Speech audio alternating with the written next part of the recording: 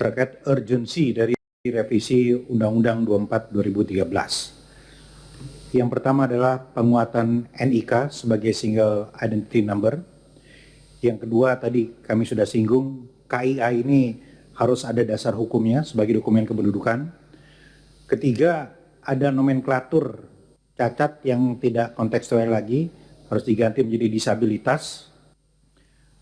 Kemudian penguatan IKD, dan kelima adalah ini Adminduk ini belum dinyatakan secara tegas sebagai layanan dasar. Jadi kalau sudah ditegaskan dalam undang-undang bahwa Adminduk ini urusan pemerintahan wajib yang berkaitan dengan layanan dasar, maka seluruh pemerintah daerah akan lebih komitmen lagi untuk menganggarkan dan merencanakan. Keenam adalah dimensi perlindungan data kependudukan yang disampaikan Pak Dirjen. Kemudian ini ada isu juga tentang koordinasi dan kewenangan daerah, pusat, antar KL. Nah, selama ini seringkali kita berdebat menguras energi, ini leadingnya siapa, kewenangan siapa.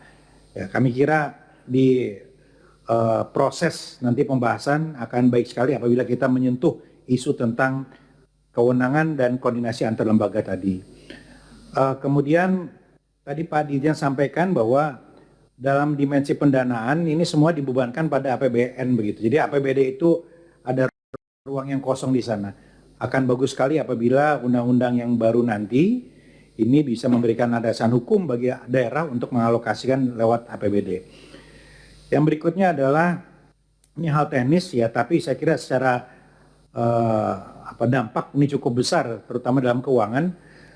Banyak sekali warga itu kurang lebih tidak terlalu bertanggung jawab terhadap penggunaan atau merawat KTP dan identitas kependudukan lain, jadi gampang hilang dan lain-lain.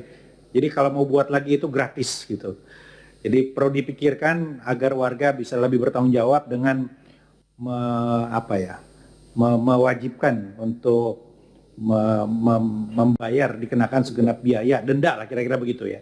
Karena setiap hari ada berapa Pak Teguh ya? Laporan kehilangan puluhan ribu. Karena kan gratis gitu. Jadi ini cost center juga di sini begitu. Nah, yang terakhir dalam undang-undang yang ada existing sekarang ada sanksi-sanksi apabila warga tidak lapor dan lain-lain. Itu nggak mungkin dieksekusi gitu. Jadi artinya perlu kita pikirkan untuk menghapus sanksi tadi. Karena nggak mungkin juga waktu kita habis untuk mengeksekusi yang tidak bisa dieksekusi ini. Ya, apabila tidak lapor dikenakan sanksi, apalagi Pak Dirjen, apabila biaya-biaya denda dan lain-lain itu kan memberatkan warga. Lebih baik kita aktivasi sistem sosial aktif dari penduduk maupun dari sisi pemerintah. Demikian, terima kasih. Wassalamualaikum warahmatullahi wabarakatuh. Mungkin kita harus merenung sedikit lah. Kapan sih kita belajar? Kita kalau urusan ngambur-ngamburkan uang tuh juara satu, Pak. Untuk data saja, padahal kalau kita pakai single data ya, ID card ini, KTP ini bisa dipakai untuk semua. Ini Pertamina keluar uang bikin data sendiri untuk subsidi, ya, nggak menyelesaikan persoalan itu, banyak persoalan di sana. KPU keluarkan uang untuk data pemilih, triliun-triliun nih semua urusannya ini, ya. Lalu BPJS bikin lagi, Kemensos bikin lagi, semuanya bikin hanya untuk urusan data. Luar biasa ini. Pemborosan yang luar biasa kalau menurut saya. Entah kapan kita mau selesaikan. Kita harus bilang kita lebih bodoh dari orang Malaysia kalau urusan ini. Karena nggak pernah kelar. This is nothing personal Pak ya. Tapi ini persoalan kita. Dan saya kira benar tadi yang disebutkan, ini soal political will. Apakah revisi undang-undang Adminduk ini memang akan membantu kita menyelesaikan, mengintegrasikan data itu keseluruhannya? Atau undang-undang yang sedang dibahas di Balik tentang undang-undang satu data? Karena kelebihan kita di negara ini dalam urusan pemerintahan adalah semua hanya mikir urusannya. Urusannya. Bukan tanggung jawabnya, urusannya. Hanya bagaimana kewenangan itu tetap ada, tapi nggak pernah menyelesaikan masalah. Semua berebut kewenangan, berebut urusan, ujung-ujungnya kickback. Ini yang sering jadi problem, redundancy terus terjadi. Untuk soal data ini, triliunan kita buang tuh tiap tahun. Tiap tahun. Padahal BRI punya data nasabah misalnya. Dan lain-lain lah. Juga tadi rumitnya kita punya KTP, udah pakai chip, apa-apa urusan harus pakai fotokopi lagi. Ditanya lagi kakak, ditanya lagi surat lahir, ditanya lagi kalau kami ini surat baptis, mampus kita. Lalu buat apa kita udah ada ujungnya? Ketika kita hilang KTP diminta itu semua lagi. Yang menyedih kalau saya Pak, KTP ini hak asasi Pak. Hak asasi ini.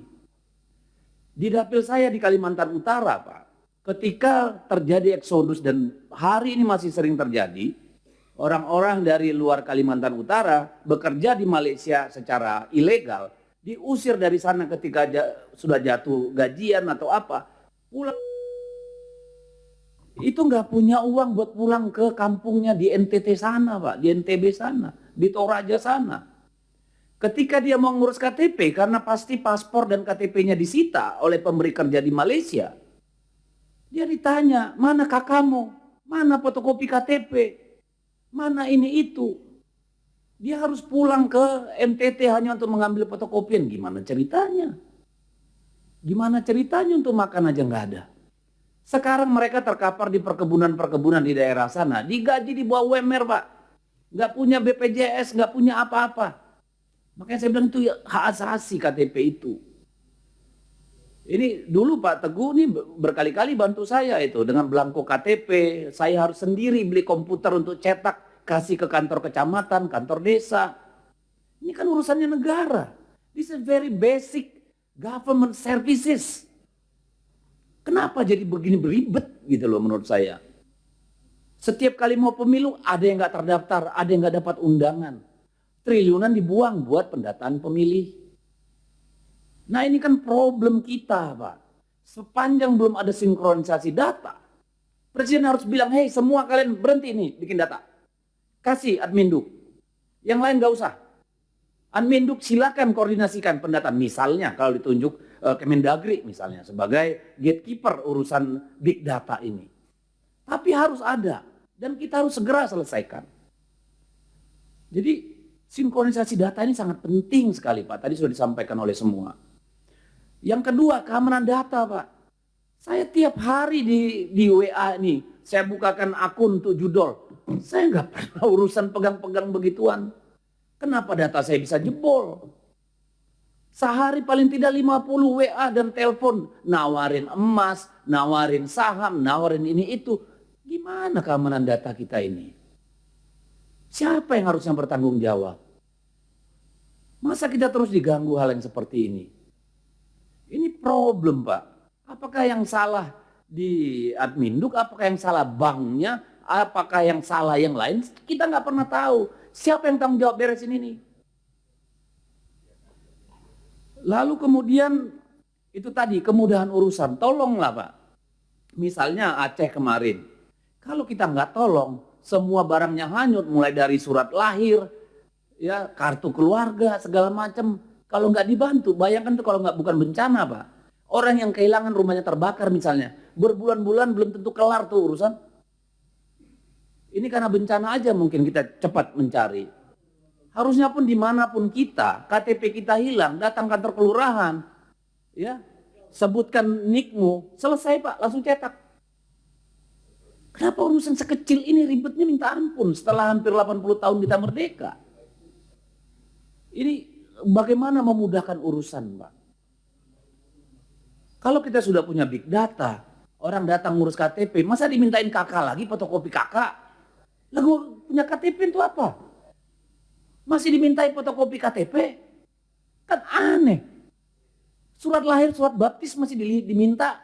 Wah, pusing kita negara kita kayak begini. Nah tadi yang terakhir efisiensi dan efektivitas. Ayolah gimana kita buat urusan yang paling sederhana nih dari kerja pemerintah. Memastikan rakyatnya punya identitas. Gimana itu efisien, gimana itu efektif Pak. Itu yang kita mau.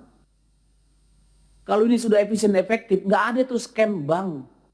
Ya orang nelpon kirim sana, kirim itu. Karena apa? Orang mau bikin nomor telepon sudah wajib ada KTP. Nggak bisa dibohong.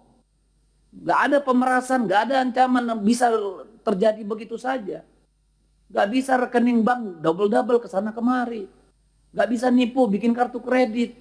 Karena semua sudah tersentralisasi gitu Pak.